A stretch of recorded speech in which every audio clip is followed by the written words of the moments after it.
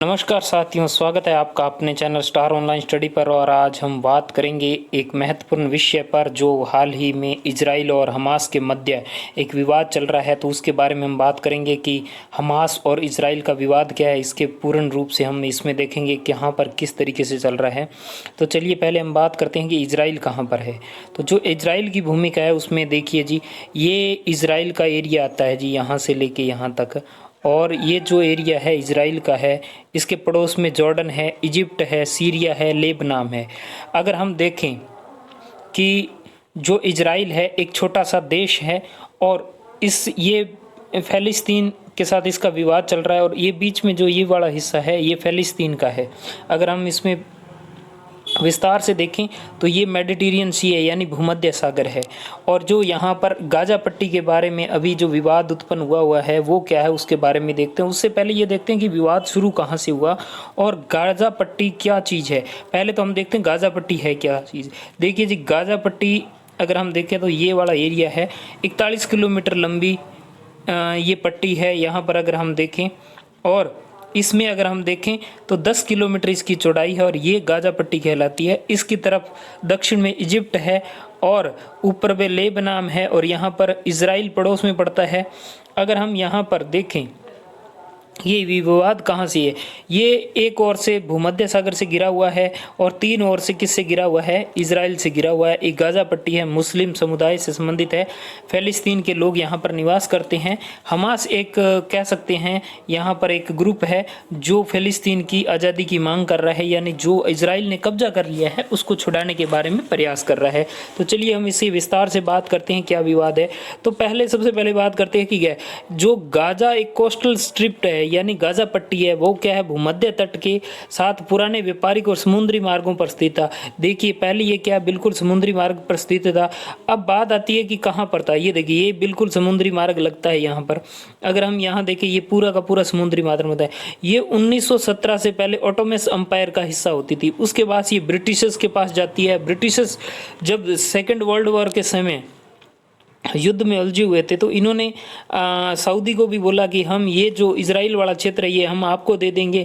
और जो यहूदीज थे उनको भी ये बोला था कि आपको ये दे देंगे ये वाला क्षेत्र। उसको लेकर विवाद हुआ था और फाइनली 1948 में जाके ये क्या होता है, ये जो क्षेत्र होता है इजराइल को दे दिया जाता है। इजराइल एक नया देश आ जाता है, लेकिन मुख्य रूप से ये भूमि किसकी थी, फ़लस्तीन की थी। और ब्रिटिश ये पहले 1948 से पहले क्या है ब्रिटिश कॉलोनी होती थी, मतलब यहाँ पर ब्रिटेन का आधिपत्य था।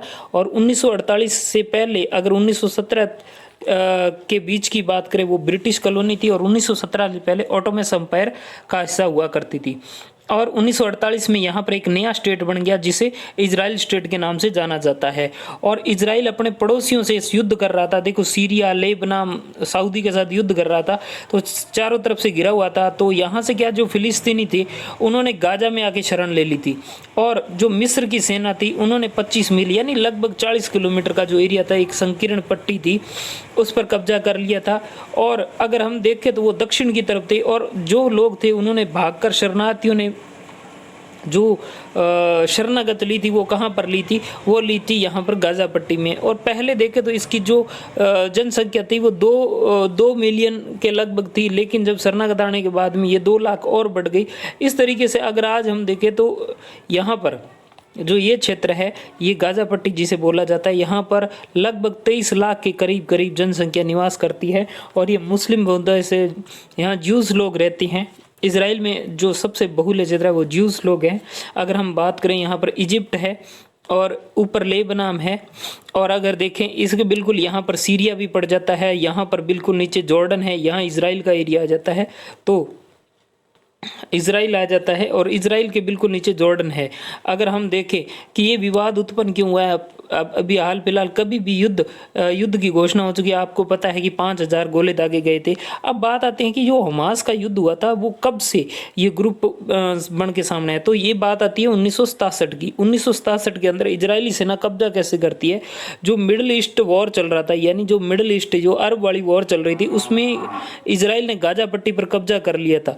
और इजरायली जनगणना के अनुसार, यानी इजराइल लोगों ने उस टाइम जनगणना कराई थी और उसमें लगभग 3 लाख 94 93,000 थी, जो कि कम से कम 60%, उसमें से भी क्या है लगभग 60% जो लोग थे वो शरणार्थी थे, यानी मिस्र वगैरह से भाग के आए हुए थे। और उसमें से अगर देखें कुछ मिस्र में चले जाने के बाद में गाजा के कई श्रमिकों ने इजराइल के अंदर, अब देखो कुछ लोग मिस्र चले गए, कुछ लोग वहीं गाजा में रहने लग गए, और इजराइल में क्या है खेतीबाड़ी या कुछ काम कार्य औद्योगिक कार्य करने लग गए, नौकरियां करने लग गए, और इससे क्या हुआ कि वहां रहने लग गए थे। अब हुआ होता क्या है कि इजरायली सैनिक अपनी बस्तियों की रक्षा करने के लिए इजराइल में वहां पर कैंप बना दिए जाते हैं। अब वो एक बार काम कराने के लिए जो फिलिस्तीनी थे उन्हें काम कराने के लिए लेके जाते हैं, तो होता क्या है यहाँ से विवाद उत्पन्न होता है। कैसे विवाद उत्पन्न होता है कि पहला विवाद जो फिलिस्तीनी का विद्रोह दिखता है वो हमास की गठन का मुख्य कारण बनता है। होता क्या है 1967 में क्या होता है, 1967 और 1987 के बीच में जो घटनाएं होती है वही हमास को जन्म देती है। 1987 में क्या होता है कि एक यातायात दुर्घटना हो जाती है। होता क्या है कि एक ट्रक ले जाया जाता है जिसके अंदर क्या है कि कुछ लोग बैठे होते हैं जिनकी वाहन से टक्कर हो जाती है, और मौके पर ही 4 लोगों की क्या हो जाती है, मृत्यु हो जाती है। और इस मृत्यु के बाद लोगों में आक्रोश फैल जाता है और वो इजरायली सेना पर पत्थरबाजी कर देते हैं, और वहां से ही हमास का जन्म होता है।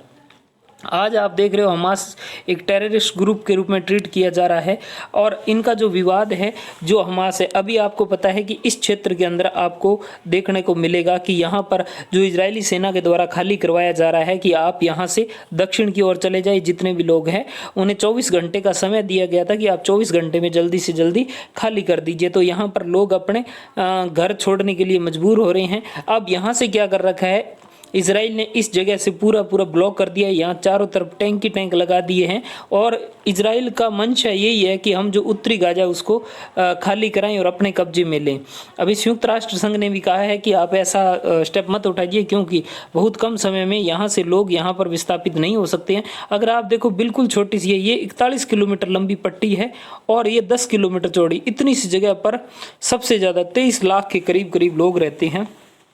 और देखा जाए तो अब इसमें से भी क्या, जो ये उत्तरी भाग है यहाँ खाली करवाया जा रहा है, ये उत्तरी भाग खाली करवाया जा रहा है, इजराइल के द्वारा इस पर पूर्ण रूप से कब्जा किया जा रहा है। अब यहाँ से देखो, यहाँ से अगर हम एरिया देखें, ये भी ब्लॉक कर रखा है, यहाँ से भी ब्लॉक कर रखा है और यहाँ से ब्लॉक कर रखा है। तो अब जो यहाँ के निवासी है उनके पास एक ही ऑप्शन बचता है, वो है इजराइल।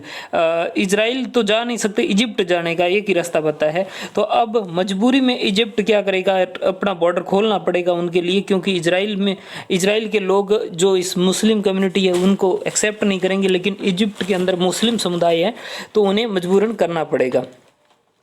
तो एक युद्ध का माहौल छिड़ा हुआ है। अगर हम यहाँ पर देखें तो ये भूमध्य सागर है, मेडिटेरियन सी है। यहाँ पर देखें, यहाँ ऊपर इजराइल के ऊपर लेबनान और सीरिया, जॉर्डन, ये सभी क्या है एकदम से शत्रु चारों ओर से घिरा हुआ है। अगर हम इजराइल की भी बात करें तो इजराइल के अंदर भी फिलिस्तीन का जो एरिया आता है, आप देखो ये जो वेस्ट बैंक दिखा रखा है, ये जो एरिया है पूरा का पूरा, ये किसके पास में है, ये फिलिस्तीन के पास में है।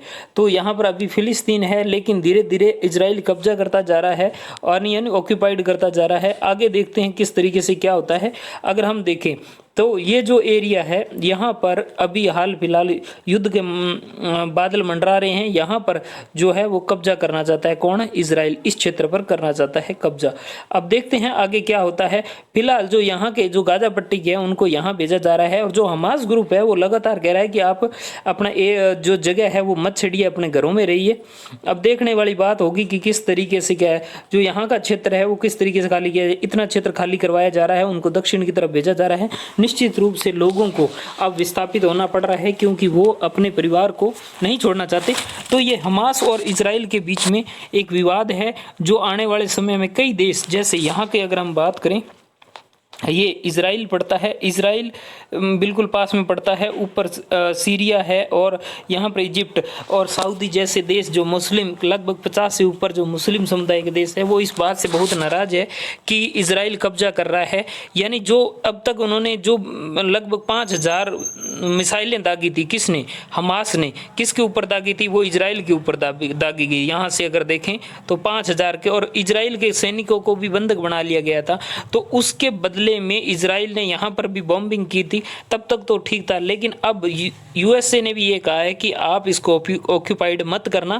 कहने का मतलब है क्योंकि बहुत समस्या खड़ी हो जाएगी, ये एरिया ऑक्यूपाइड करना चाहता है, क्योंकि गोरिल्ला युद्ध जैसी माहौल हो जाएगा। क्योंकि आप चाहे कितने, आपके पास कितनी मर्जी टेक्नोलॉजी है, लेकिन किसी के क्षेत्र के घर जाकर, यानी किसी के क्षेत्र में जाके आप युद्ध जीतना आसान नहीं होता है। तो यहाँ पर इजराइल को ये हिदायत दी गई है कि आप इसे ऑक्यूपाइड ना करें, बहुत से लोग, सिविलियंस, इनोसेंट लोग मारे जाएंगे, तो आप ऐसा स्टेप मत उठाना। इजराइल की अगर हम बात करें, इजराइल अपने सैनिकों को और इस युद्ध को हमेशा के लिए ख़त्म करना चाहता है, यानी गाज़ा पट्टी बिल्कुल खाली कराना चाहता है। अब देखना ये होगा कि किस तरीके से क्या होगा। जो भी अपडेट होगी जल्दी आपके सामने लाएंगे। अगर आपको वीडियो अच्छी लगे तो लाइक शेयर कर देना, सब्सक्राइब कर देना, अन्यथा नेक्स्ट वीडियो का इंतज़ार करना। जय हिंद, जय भारत।